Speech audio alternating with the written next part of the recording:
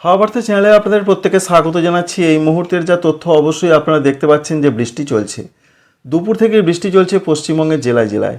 যা স্যাটেলাইট চিত্র বা রেডার চিত্র দেখাচ্ছে তাতে বৃষ্টির সম্ভাবনা এখনও দেখতে পাওয়া যাচ্ছে। যেমন রয়েছে বাংলাদেশ লাগোয়া জেলাগুলো, যেমন পূর্ব বর্ধমানের কিছু কিছু জায়গাতে তো চলছে, সঙ্গে নদিয়া, এছাড়া রয়েছে উত্তর চব্বিশ পরগনা, দক্ষিণ চব্বিশ পরগনা, মুর্শিদাবাদ, এই জেলাগুলোতে এখনও বৃষ্টি চলছে। এই যে বৃষ্টিটা আমরা লক্ষ্য করতে পারছি যে উপগ্রহ চিত্র থেকে, তো এই যে বৃষ্টিটা আমরা লক্ষ্য করতে পারছি দেখুন পশ্চিমবঙ্গের জেলায় জেলায় চলছে। এই বৃষ্টিটা কিন্তু সরতে একটু দেরি রয়েছে, তাই আশা করা হচ্ছে যে সন্ধ্যার পর এই যে বৃষ্টিগুলো দেখতে পাওয়া যাচ্ছে এই বৃষ্টিগুলো আস্তে আস্তে বাংলাদেশের দিকে সরে চলে যেতে পারে। তার ফলে সন্ধ্যার পর বা রাতের পর আস্তে আস্তে কিন্তু পশ্চিমবঙ্গের জেলাগুলোতে বৃষ্টি কমে যেতে পারে। তবে এই যে বৃষ্টিটা হচ্ছে এই বৃষ্টি কিন্তু আগামীকাল যে প্রচণ্ডভাবে হবে তার কোনো পূর্বাভাস নেই। আগামীকাল কিছু কিছু জায়গায় অবশ্যই হবে, যেটা বলা হয়েছে যে মেদিনীপুর, ঝাড়গ্রাম, অর্থাৎ পূর্ব মেদিনীপুর, পশ্চিম মেদিনীপুর, ঝাড়গ্রাম, বাঁকুড়া, পুরুলিয়া, এই সমস্ত জেলাগুলো, বর্ধমান, বীরভূম, মুর্শিদাবাদ, আগামীকালও বিক্ষিপ্ত বিক্ষিপ্ত বৃষ্টিপাতের কথা জানিয়ে দেওয়া হয়েছে আবহাওয়া দপ্তর সূত্র থেকে। এই রয়েছে মোটামুটি আপডেট। তো বৃষ্টি মোডে আমরা এসে গেছি, দেখতে পাচ্ছেন বৃষ্টি কিন্তু এখনও দেখা যাচ্ছে।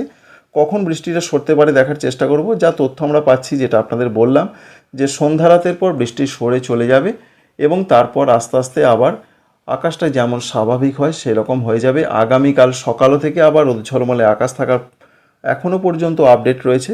তবে আংশিক মেঘলা আকাশ থাকতে পারে, বিরাট যে মেঘলা আকাশ থাকবে তা নয়। আস্তে আস্তে বেলার দিকে রোদের তেজ বাড়বে এবং আগামীকালে যা তথ্য রয়েছে, আগামীকাল শনিবার বৃষ্টির সম্ভাবনা রয়েছে মেদিনীপুরের দিকে বেশি করে।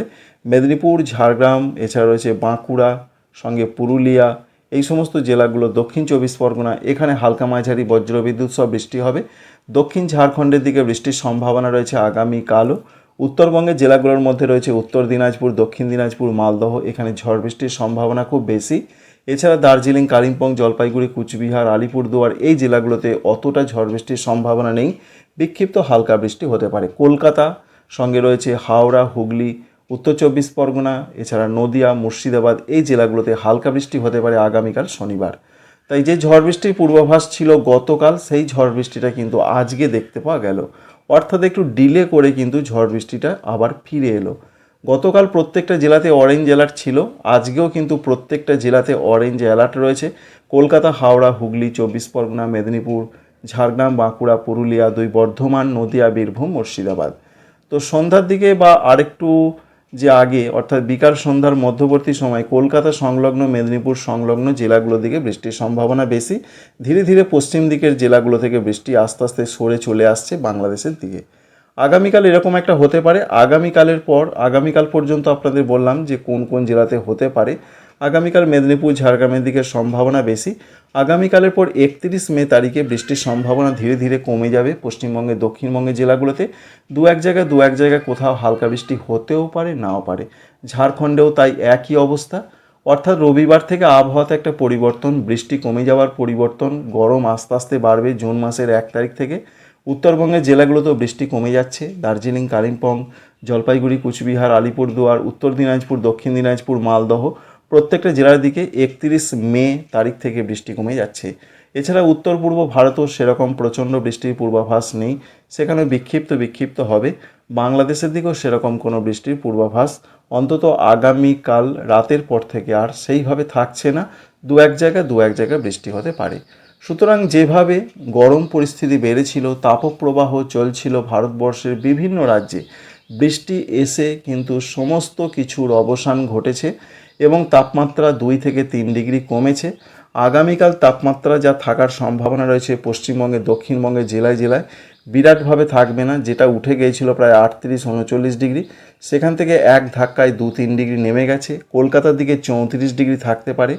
এছাড়া অন্যান্য জেলাগুলোর মধ্যে বর্ধমান জেলার দিকেও 34 ডিগ্রি থাকতে পারে, পুরুলিয়া জেলার দিকে 34 থেকে 35, বীরভূম জেলার দিকেও 34, বর্ধমান জেলার দিকে 34, নদিয়া জেলার দিকে 33, এইরকমভাবে তাপমাত্রা থাকবে। অর্থাৎ 33 থেকে 35 ডিগ্রি সেন্টিগ্রেডের মধ্যে তাপমাত্রা আগামী কয়েকদিন থাকতে পারে। উত্তরবঙ্গের জেলাগুলোতেও গরম পরিস্থিতি অনেকটা কমেছে।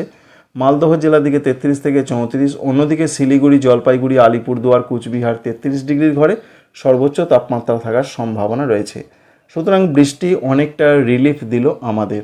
এবার বৃষ্টির সম্ভাবনা যখন কমবে তখন আবার জুন মাসের 1 বা 2 তারিখ থেকে আবার তাপমাত্রা ধীরে ধীরে বাড়তে থাকবে। আমরা যদি 3 তারিখের দিকে দেখি বা 4 তারিখের দিকে, তো দেখতে পাচ্ছি আবার কিন্তু তাপমাত্রা ধীরে ধীরে বাড়ছে। পশ্চিমবঙ্গের জেলায় জেলায় আবার নতুন করে তাপমাত্রা বৃদ্ধি পাওয়ার সম্ভাবনা রয়েছে।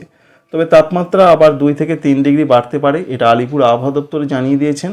সেই অবস্থা জুন মাসের 1 তারিখ থেকে শুরু হবে এবং সেই অবস্থা চলতেই থাকবে, কারণ সেইভাবে জুন মাসের দিকে আর বৃষ্টির সম্ভাবনা রয়েছে কিনা একবার দেখার চেষ্টা করব। তো জুন মাসের দিকে যদি আমরা প্রবেশ করি, তো 3 তারিখের দিকে সেরকম কোনো বৃষ্টি নেই, 4 তারিখের দিকেও পশ্চিমবঙ্গে দক্ষিণবঙ্গে সেরকম কোনো বৃষ্টির সম্ভাবনা নেই। কিছুটা ভারতবর্ষের ত্রিপুরা, বাংলাদেশে, পূর্ব বাংলাদেশের দিকে হতে পারে।